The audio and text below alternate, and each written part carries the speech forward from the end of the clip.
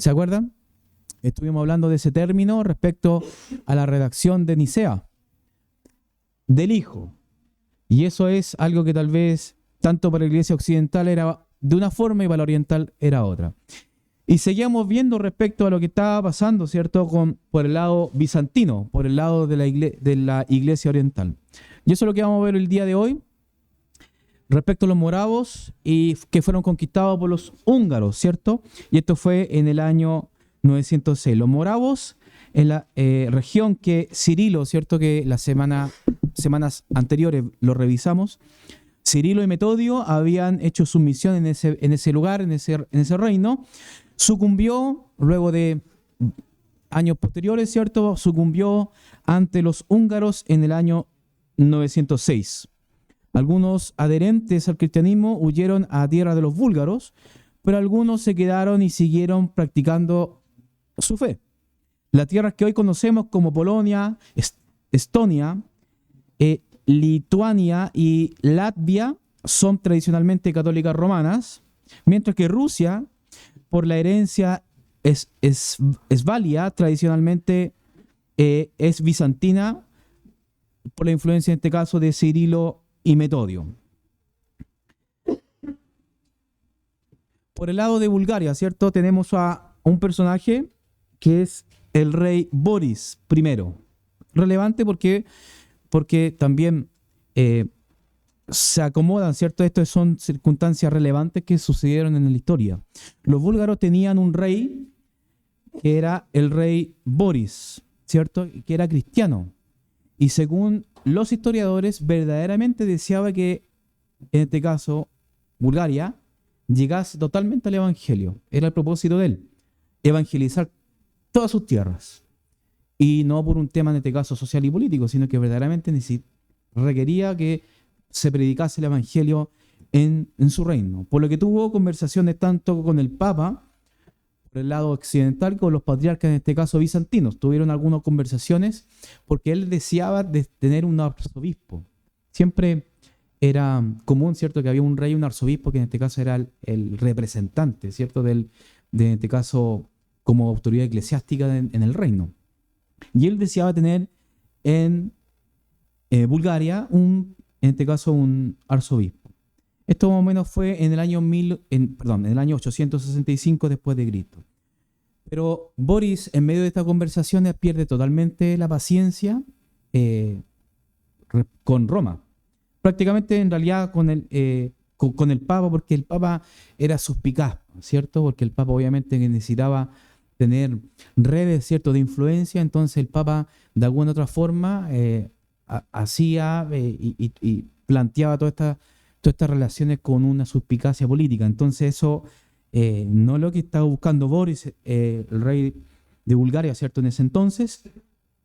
Y de hecho leyó entre líneas las reales intenciones que tenía en este caso el Papa.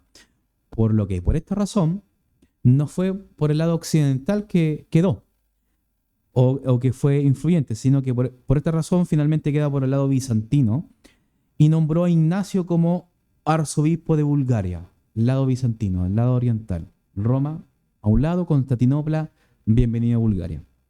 Luego de varios años, Boris dejó el trono a su hijo Vladimir. Vamos a hablar de harto Vladimir, ¿cierto? Pero este es uno de ellos, Vladimir, de Bulgaria, ¿cierto? Quien inmediatamente abrazó, lamentablemente, el paganismo. No tenía las mismas intenciones que su padre, ¿cierto?, respecto a la fe, al cristianismo. De hecho, muchos dicen que efectivamente fue real su conversión. No hay mucha seguridad en eso, pero hay datos que nos dicen que puede ser eso posible. En el año 892 firmó una alianza con el rey germano, estamos hablando de Vladimir, ¿cierto?, el hijo de Boris. Firmó, en este caso, una alianza con el rey germano Arnulfo de Carintia contra la Gran Moravia e indirectamente también al Imperio Bizantino. O sea, no fue algo declarado directamente, pero al tener estas relaciones, ¿cierto?, con otros países paganos, ¿cierto?, están en contra del Imperio Bizantino, distanciándose totalmente así de la política pro-bizantina que había sido caracterizada por el reino de su padre Boris.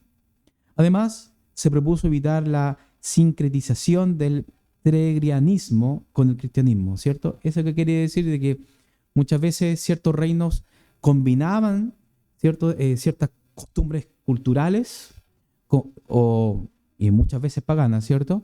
Con el cristianismo. Él no quería, en este caso, que el cristianismo influenciara en sus credos, ¿cierto?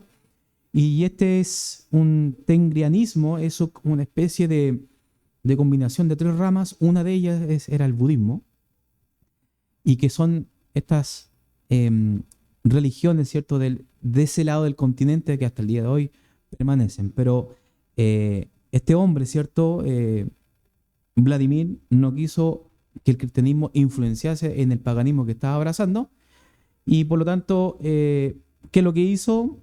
Bueno, creía bueno, él finalmente persiguió al cristianismo como tal, ya que creía que el segundo, en este caso el cristianismo, diluiría la nacionalidad búlgara, siempre con ese afán de mantener la identidad, ¿cierto? A pesar de que esa identidad muchas veces es pagana. En realidad siempre es pagana, ¿cierto? La identidad cultural. Pero vemos que él tomó una posición de perseguir, en este caso, el cristianismo. Vladimir inició el proceso de destrucción de templos. Vladimir también dio también cabida a la persecución de los clérigos, autoridades eclesiásticas en el país, dado que los creía como instrumento del imperio bizantino. Claro, obvio, ¿cierto? Bueno, y los esfuerzos de este imperio para influenciar el reino búlgaro.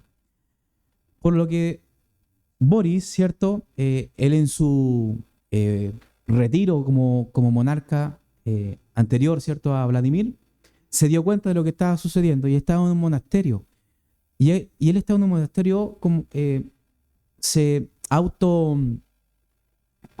estableció ahí. Entonces él estaba buscando como una respuesta espiritual. Entonces el hombre estaba bien, como buscando un poco, por así decirlo, la voluntad de Dios, ¿cierto? Pero se enteró de lo que estaba haciendo su hijo, Vladimir.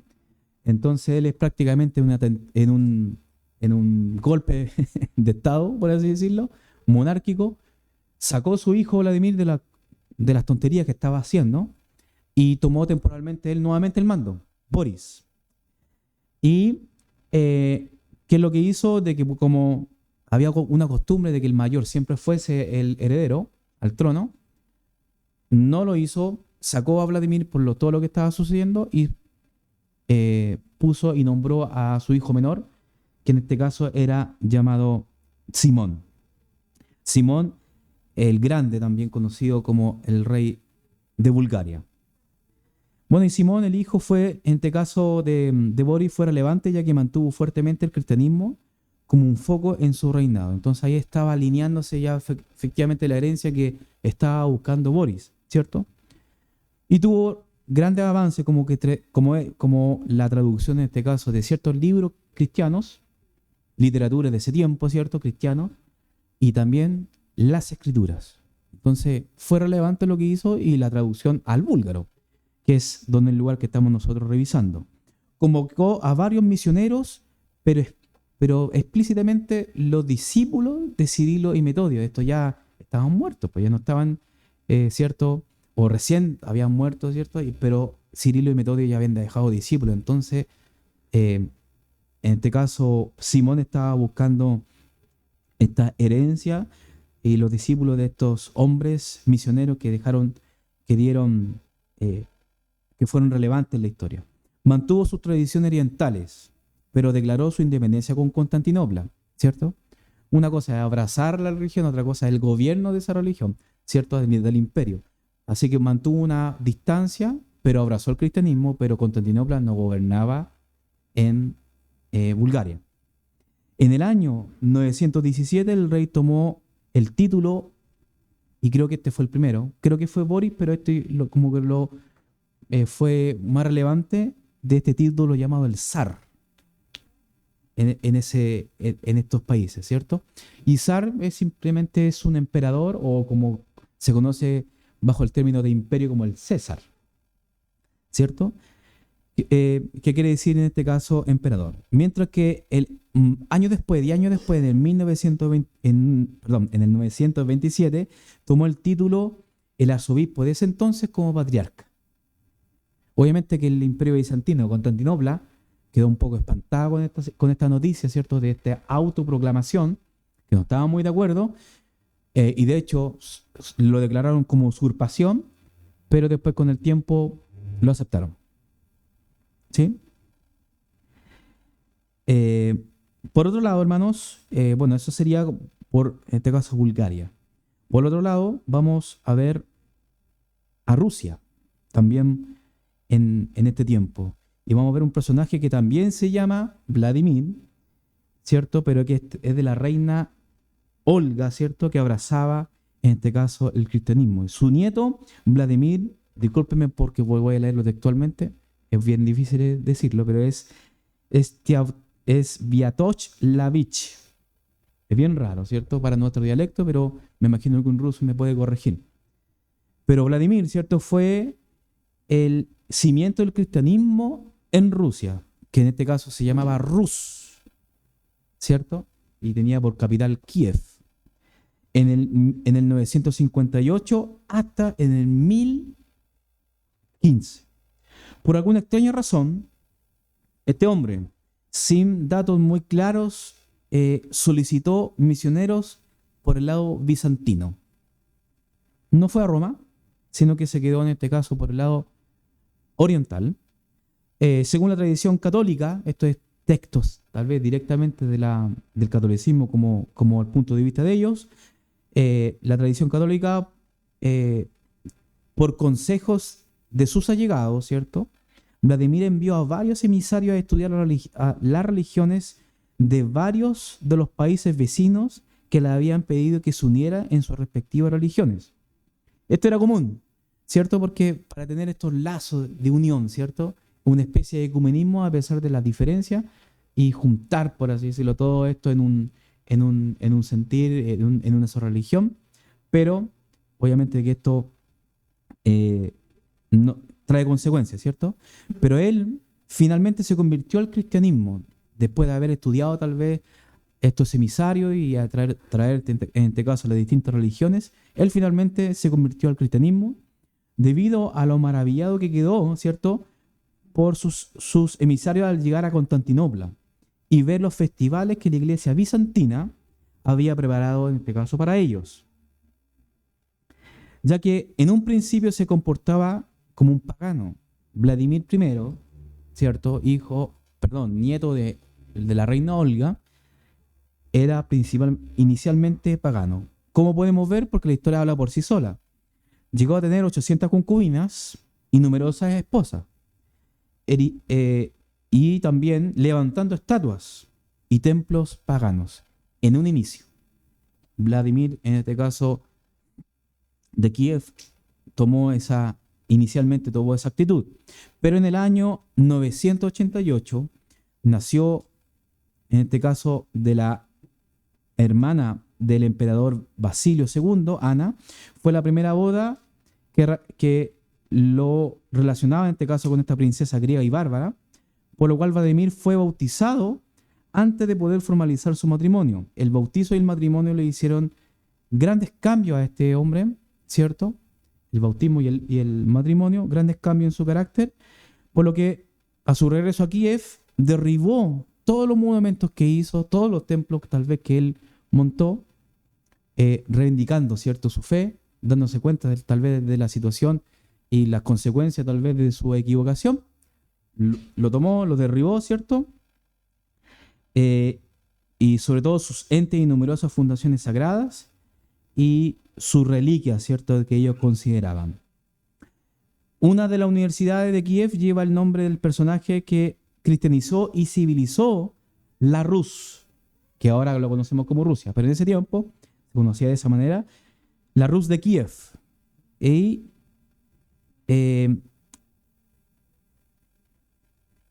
se conoce él como el teólogo ortodoxo de San Vladimir, ¿cierto? Y se celebra en el día que es, en este caso, el 15 de julio. Eso como un dato adicional simplemente. En el año, hermanos, 1240, también hubo un acontecimiento. Los mongoles invadieron el país, en este caso Rusia, Rus de Kiev, invadieron el país y lo tuvieron subyugados por más de 2 siglos. Y lo relevante de esto, hermano, es de que a pesar de esta 2 siglos, estamos hablando de 2000 años, pues, hermano. Entonces, perdón, 200 años.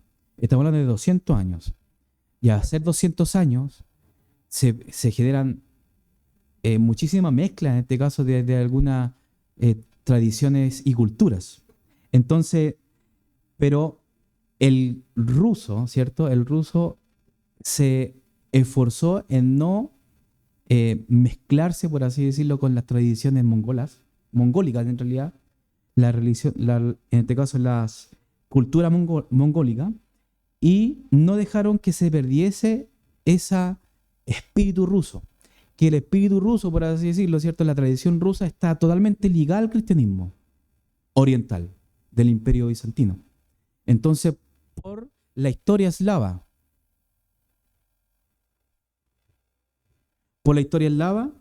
y por lo tanto no permitieron, ¿cierto? En este caso, este espíritu tradicional ruso no permitió de que se perdiese su cultura y no lo dejaron que se perdiese. Hasta su liberación, vemos como el Imperio Bizantino, ¿cierto? El Imperio Oriental logró dejar su sello tanto en Bulgaria como en Rusia. Fue imperativo, en este caso, el Imperio Bizantino. Y hasta el día de hoy vemos que el sello sigue vigente en muchas de ellas.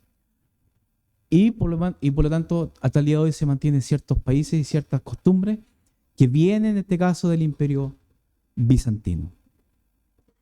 Así que eso, hermanos, hemos avanzado desde el 900, ¿cierto? Estamos ya ubicados pasaditos del año 1000. Harta información, hartos datos, pero lo importante es esto de que el Imperio Bizantino sí tuvo relevancia y es importante que nosotros lo podamos conocer. No sé si hay alguna consulta, duda, harto dato, harto número, hartos nombres. Vladimir es muy típico y común en todo caso en Rusia. Hay harto Vladimir. En el 1240.